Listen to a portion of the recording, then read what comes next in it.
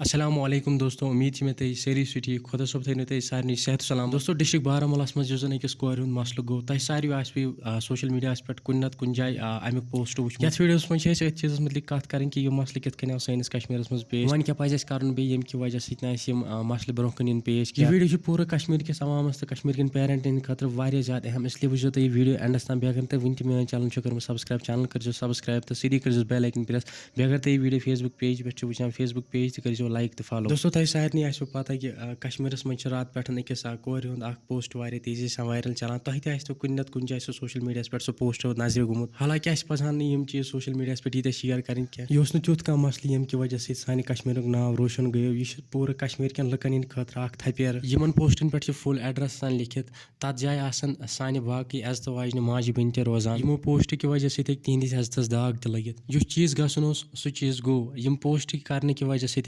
खाली बदनामी गसित न कि कह चीज़ अमे ठीक गसित मगर अमे चीज़ जिम्मेदार प्रेत कह कोर पन्नो अथो तिस आमुत वन कि निकाह बनाइयो आसान मगर अस बनाए फजूल रस्म यमो की वजह से निकाह बनो मुश्किल तो जिना बनो आसान खुदारा वन तो तमें कत यस कूर तो यस लड़कों 20 वर्ष एज मज कह गलत रिश्ते बनाने खतर तैयार गो तिहद मोल मोज कित वन यम वन लकट यम निकाहस खतर तैयार क्या तुम वनो तिमन अक लटि क्या तुम निकाहस खतर तैयार बल्कि तिम तैयार तिज अमे पत जवानी मज अगर यम्स कोर तमिस लड़कस कह ति गलती गई अमुक गुनहगार यह लड़कों तो कूर योत क्या अमुक गुनहगार बराबर यहद मोल मोज यम जन यमन यह वनित यहद निकाह टालान कि यम वन लकट अमे डिस्ट्रिक्ट अक पार्क नाव ये नाव इको पार्क सो पे सोशल मीडिया पे तेजी से वायरल चलान ये मज